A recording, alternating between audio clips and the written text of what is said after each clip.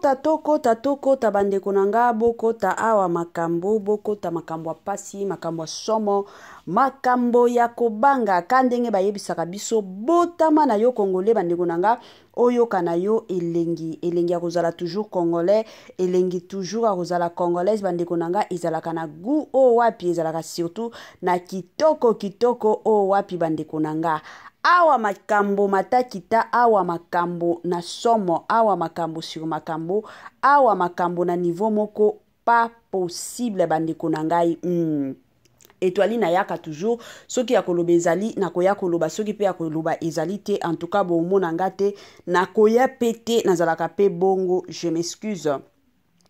Ba joyeux anniversaire na ba o nyonso ba o célébrer ba anniversaire na bango lelo na ebike boza ebele oyo mukolo lelo bobotamaki yango Étoile Nines TV na équipe na ye mobimba baye ko souhaiter bino ba joyeux anniversaire na ndenge moko ya malamu.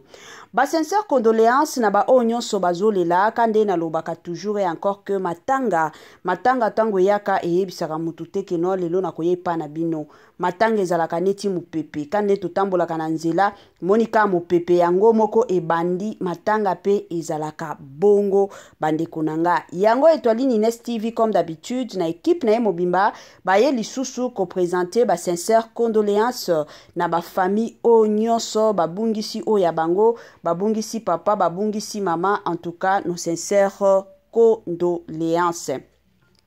Ba courage na ba o nyonso bazo lekisa to ba oleka na ba moment moko très difficile na yebike mosusu dans la vie la famille et comme la ramutu presque tout au mona mosusu makambo et comme nango ko simba tendenge e bandaki ko simba kala makam nyonso e comme neti ya ko forcer makam nyonso e comme neti tokende kaka yango Étoile Nines TV bandeko nanga aye ko pesa bino ka courage tozala toujours na persévérance tozala toujours makasi eza bablo mosusu bandeko nanga eyaka na facilité te bablo mosusu ka ndenge boyebi soki oza mwana nzambe bablo mosusu esengaka ka prière esengaka ka ba mabondeli ba jeune prière nde ozwa bablo mosusu mais bablo mosusu ezalaka mingi ngonga ya nzambe soki nanu nzambe amoni yo te kozwa eloko lelo te en tout cas okozwa ngo te okozela ti ntango ye moko nzambe ye moko akomake anata oyo penza na moma oyo nde mwana nanga akoki kozwa musala nde mwana nanga akoki kozwa mwana ezalaka bongo patience toujours dans la vie bandeko nanga efutaka toujours Congolais partout oyo ozali na monde entier offre oyo ezali spécial pona yo parce que ozali mwana mboka mabele ya mboka batekelaka ngo bapaya te Congolais tala mabele oyo ezali komonana ezali plat à 3 minutes ya boulevard Lumumba route nationale numéro 1 awa na kati ya Maluku à quelques minutes ya péage ya Menkau oza mobimba na $750 ya pamba ozui 15 mètres sur 20 na yo y compris les documents administratifs na kati donc okozwa ba documents ya quartier okozwa ba documents ya commune okozwa tous les documents possibles oyo esengaka mutu azwa pona parcelle na ye pe oza na possibilité ya kosomba a crédit soki ozosomba plus ah oui tolobaki te tolobi bien y compris les documents opesi mbongo na yo oza na droit ya terrain 15 mètres sur 20 ozali na droit ya ba documents administratifs nyonso tu. Moi sensibilisation na ndenge moko kitoko na ndenge moko malamu na ndenge moko gu na ndenge moko bio bandeko nanga ba mapango koteka yango wana kande na lobaka toujours et encore soki opportunité et monani soki opportunité et pesami ezalaka toujours malamu kokanisaka lobby na biso ba mapango eza nango na $750 ya pamba osombi lupangu osombeli bana na yo lupangu ekozala malamu mingi sombaka lupangu la famille pas seulement pour tes enfants mais ata yo moko tokolaka omona na bata moko boye na ba âge moko boye bandeko nanga moyen o futela lisusu ezalaka te parce que ebele abatu baloba kaka na lia na lala na sala ba voyage kilikili peut-être que lobi na kokufa ebele abatu baloba bongo ti bakoma na ba 70 ans 80 ans Imaginez aux na 70 ans ozo futela. Bande ko na biso boza na poto, c'est bien kozala na poto, mais na poto wana bino moko boyebi ba réalité. Mosusu foto tiaka na mutu bana o na obota, est-ce que bakozala mesure ya okenge nanga ko vanda na nganda ko moko? Parce que zana bana mosusu peut-être azalelo bien na bino, mais lobi kuna bali to babali ye makambo échanger. Alors préparez futur na yo en tant que parent et kozala malamu. $750 ya pamba na ndenge moko ya malamu. Voilà. Salut, salut chers Bouchou, salut chers abonnés, salut chers connaissances, salut surtout les amis de Étoile Lune Inès TV. J'espère que vous allez bien. Quant à moi, je suis le bien, super bien, par la grâce de Dieu. Chers Bouchou, chers abonnés et chers connaissances, Yalelo toye lisusu kande boyebi biso toza ba mama engalisa, biso toza ba mama panza sangonde ko panza, biso toza ba mama ya somo. Tovanda kana biso kimia te soki tomoni ya koloba ezali, kande boyebi biso toyaka na lombangu toye ko betela ngo lisolo, soki pe tomoni ke ya koloba ezali te, en tout cas bomona biso te tokoya pete. Ezalaka bongo. Lelo oyo toye lisusu bandeko nanga na makambo ya papa na biso Jean-Pierre Bemba. Bandeko nanga makambo ya somo, makambo ya moto, makambo ezali. Avant na ya kokota na mwa mozindo ekozala mwa bien na ya nanu ko sensibiliser batu nyonso ya sika. Na yebi ke boza ebele o bokoti sika na émission na biso, yango na osenga na bino, en tout cas si c'est la toute première fois, ya kokota penza na chaîne na biso, chaîne moko kitoko, chaîne ya ba analyse somo, chaîne moko ya ba information pas possible. Je vous prierai surtout de vous abonner. Mamae 2024, Gavker to Yelibino solution. Bon ba problème ya trompe, fibrome, myome, kyste, règle abondante. Gavker to Zalina solution. Yo oyo kota ménopause atana 65 ans na Gavker oko simba mwana. Olingi okima suki pe mandefu ya pembe. Benga biso na lombango po awa to Zalina solution moko durable. Ba produit na biso nyonso ezali 100% naturel pe esalemi na ba plante na ba industrie ya Angleterre pe Allemagne. Benga biso na numéro oyo plus 44 74 05 65 35 48. Gavker solution ya santé na yo.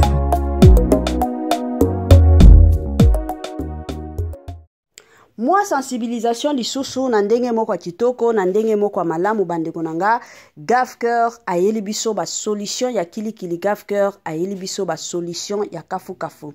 Balobi na Gavker bika na yo libela, na Gavker okosimba na yo mwana, na Gavker bandeko nanga place ba solution ya makamnyonso ezali. Papa de ton côté omonike makambo ezo simba lisusu te, ezo tambola ndenge ifalaki yetambola te. Papa benga Gavker koyoka na yo soni te. Mama komi ko imaima, mama komi ko loba loba bakanda kanda na kote ya mama, en tout cas ekozala malamu benga Gavker asunga yo. Bandeko na biso osi oboti omonike banduta ezo tika yo te, ezo tambola na yo ka elongo benga Gavker. Oza na problème keno ozo yaka munene, mosusu yo moko ozo se comprendaka te. Munene moko boyezo yelaka yo kaka, benga Gavker. Ozana mwana o boti omonike mwana zolobaka te ti 7 ans 8 ans ekozala malamu benga Gavker na pete nyonso akosunga bino. O nyonso etali makambo asukali tension nini bandeko nanga ba solution ya makasi ezaka na Gavker. Kuna penza okobika na yo libela na ndenge moko ya kitoko. Bambote nanga na ye moko Linda Bukulu ya balinda, bambote na Madame Gracia Mpoi, na pesi ba mama bambote na mama Lisi Mpitu ya balisi, mama Eugénie Zemanga et pourquoi pas Madame Madrine Mafuta, sans oublier Madame Judith Diampovisa na système moko ya malamu penza mingi makasi. Voilà. Mbutu ekoti na kote ya papa na biso Jean-Pierre Mbemba la famille. Ebele ya batuto yebi papa na biso Jean-Pierre Mbemba aza ministre ya transport ya mboka na biso. Na bandi ba o balandaka deja Étoile Lune Inès TV o penza bazalaka ba abonné neti ba Linda Bukulu, ba mama Eugénie Zemanga, ba mama Lisi Mpitu, bayebi parce que bango penza balekisaka émission étoile Ines TV te. Alors nayaki kobeta wa lisolo concernant ma permis de conduire. Ebele ya batu ba congolais ebele babandaki ko se plaindre. To vandi na Congo ane mobimba sans ba permis. Sans ba permis mais au moins ba roulage ba kotelema ba komi ko senga ka batu ba permis. Gouvernement na biso ezo soutenir ezo sunga biso na côté ba permis te. Ebele ya batu kutu ba finga papa na biso Jean-Pierre Bemba. Balobi oh azo sala musala malonga te. Comment ça fait-il que na mboka monene neti ya Congo ane mobimba sa ba permis. Bandeko nanga toyaki ko sala ba émission ka ndenge boyebi biso toza ba intermédiaire international. La famille. Nzoka ba émission na biso ekomaki epai ya papa na biso Jean-Pierre Mbemba, ekomaki epai ya papa na biso Fachi Beton. Na lelo oyo toobeta masolo bandeko nanga le 25 novembre. Toya kovanda ka boye bayemba la moko kopesa biso sango ya malamu keno à partir d'aujourd'hui ba permis de conduire ekomi ko salema. Donc soki yo posa la kana posa ozala na permis na yo, en tout cas c'est renseigné na bureau nini rokende pour na kozwa permis na yo. Mais de l'autre côté, ça fait aussi mal, hein? Et au sala pasi, na moni tango, bayaki kotuna, pour na prix, y a ba permis, yango kozala combien? Prix, normalement, y a permis, eza na $99. Na moni ebele a ba congolais, ba sepeli na bangote. Ba congolais ebele ba lobi, ba permis wana, il fallait ezala ofele. Pourquoi na Congo na biso biloko nyonso ezala ka ko somba? Pourquoi na Congo na biso nyonso ezalaka ko somba la famille to solo la nanu soyons sincères et honnêtes hein mais soki tokoki ko bandozwa biloko ofele est-ce que boza sûr que Congo na biso ekobonga? Est-ce que boza sûr que to kende liboso? Est-ce que boza sûr que makambo ekokende liboso na Congo na biso? Mais na ba pays mosusu ça se fait toujours comme ça. Bafuta kata mwa mbongo amuke. Tomonaka moi je suis en Afrique du Sud. Tomonaka ba sud-africain awa passeport na ye kwei, passeport na ye bungi, passeport na ye fo asalisa. Tomonaka la plupart des temps bafutaka mbongo ezalaka ofele te, bafutaka. Kutu eza pays moko eza bien organisé, mais tomonaka bafutaka. Pourquoi mbongo wana esunga gouvernement esunga parce que tant basala la biso ka ndenge basala ka ba passeport bazala ka besoin na ba papier bazala ka besoin na oyo bazala ka besoin na o biloko nyonso eza biloko ko somba eza biloko ofele mais soki na Congo na biso biloko nyonso kozala ka ofele est-ce que boza sûr que Congo na biso ekobonga e obonga te $99 wana batie eza prix moko eza abordable à la famille. Toti kapé biso ba congolais qui mutema mabe oui c'est vrai na Congo na biso il y a de ces personnes qui sont payées $100 par mois. Là je n'en disconviens pas mais eza kaka problème ya yo moko na organisation na yo eza na batu mosusu okoti ko banda ozozwa ka $10,000 par mois $5,000 par mois $500 par mois mais soki oza mal organisé omona obanda omona ka mbongo nyonso amuke. Mais batu mosusu ba ofuta ye $100 bien organisé omoni pe a vivre a vie na ye bien yo kutu muto zalaka na mbongo ebele comme ko envier ye ezalaka bongo. En tout cas avec le $100 c'est vraiment passable. Eza au moins passable bandeko nanga totika ko finga papa na biso Jean-Pierre Bemba. Na Congo na biso la plupart des gens balingaka ko apprécier misala ya baninga mosusu te. Biso na Congo na biso ekomi kaka soki bomoni muto osala surtout soki bolingaka yete surtout soki aza mutu moko botalelaka yete alelaka ye ka pembeni ezala kaka matata na matata. Chers compatriotes totika ba makambo ya bongo ko eza bien te to soutenir.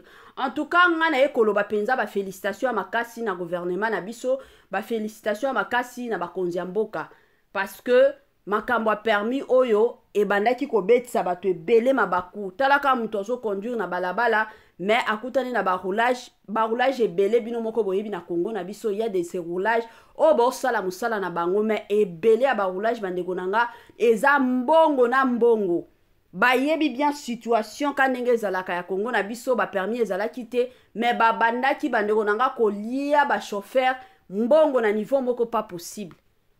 Jusqu'à ce que l'État ait kota la situation à l'obitin, na koki ko vanda ka boité, il faut na sunga peuple congolais ezwa ba document nyonso, ezwa ba permis, makam nyonso etambola bien ezala te ke not nakutana kina roulage alobaki asala kite. Mutu na mutu azala na permis na ye. Alors c'est le moment yo oza na besoin ya permis, kota ozwa permis na yo esunga yo obanda kokumba mutuka na pete nyonso, obanda kokumba mutuka na malembe nyonso. S'il vous plaît, chers compatriotes, wana ezaka toli, mama Etoiline Kane boyebi ayaka toujours na batoli la famille. To sunga bakonzi ya mboka na biso. Soki tokolinga Kongo na biso ekende liboso, kokende liboso ya Kongo na biso mingi ezo dépendre na biso ba Congolais, biso ba citoyens. Soki biso toko sala musala malonga, soki biso je m'excuse toko soutenir ba konzi ya mboka na biso, bo mona peke misala o ba konzi ya mboka ba osala eza ya malonga pe eza ya makasi. Mais soki biso toko soutenir bango te, toko zalaka batu bakoyaka kofinga ba konzi ya mboka na biso bandeko nanga ekozalaka pasi pe mawa. Ekozalaka Congo na biso problème matakita, problème matakita. Congolais partout oyo ozali na monde entier, offre oyo ezali spécial pona yo parce que ozali mwana mboka mabele ya mboka batekelaka ngo bapaya te. Congolais tala mabele oyo ezali komonana ezali plat à 3 minutes ya boulevard Lumumba, route nationale numéro 1 awa na kati ya Maluku, à quelques minutes ya péage ya Menkau oza mobimba na $750 ya pamba, ozui 15 mètres sur 20 na yo, y compris les documents administratifs na kati. Donc okozwa ba document ya quartier, okozwa ba document ya commune, okozwa tous les documents possibles oyo esengaka mutu azwa pona parcelle na ye. Pe oza na possibilité ya kosomba a crédit soki ozo somba plus. Ah oui, tolobaki to tolobaki te, tolobi bien, y compris les documents. Au pesi mongo na yo, oza na droit ya terrain 15 mètres sur 20, ozali na droit ya ba document administratif nyonso tout.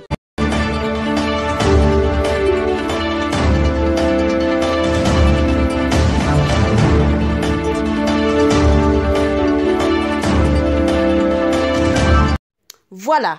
Quand ndenge tolo babandeko nanga awa toza déjà na décembre. Tokota déjà décembre, bien que le 25 novembre, encore 5 jours, tokota na décembre la famille. Je sais que ba fête ezoya, oui c'est bien, mais tobo ça n'a pété que janvier paye zalaka. Il y a de ces personnes na ba décembre boye, ba salaka dépense sur dépense, ko lata ko lia ba bosani que janvier ezoya. Il y a de ces personnes aussi, o ba kota kana ba nyongo. Bandeko bakota kanyongo pona biloko kolia te, s'il vous plaît.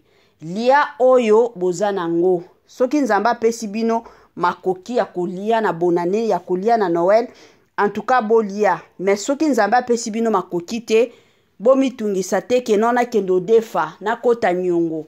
Et après tant okota na janvier komi pasi pe mawapo na kofuta. Okomi ko kima, okomi ko ima ekozala bien te. Alors, fêtez de l'autre côté, talapé que janvier yaka, talapé que la vie continue. Quand on a fait ça conseil, na ba marié bo ba la bo sil sa ba mbongo na binote que notre na sala mariage soki ndenge nini. Ba tu ba lie ba sil si ba zupe biloko et après, bokomi kokota ba nyongo ezala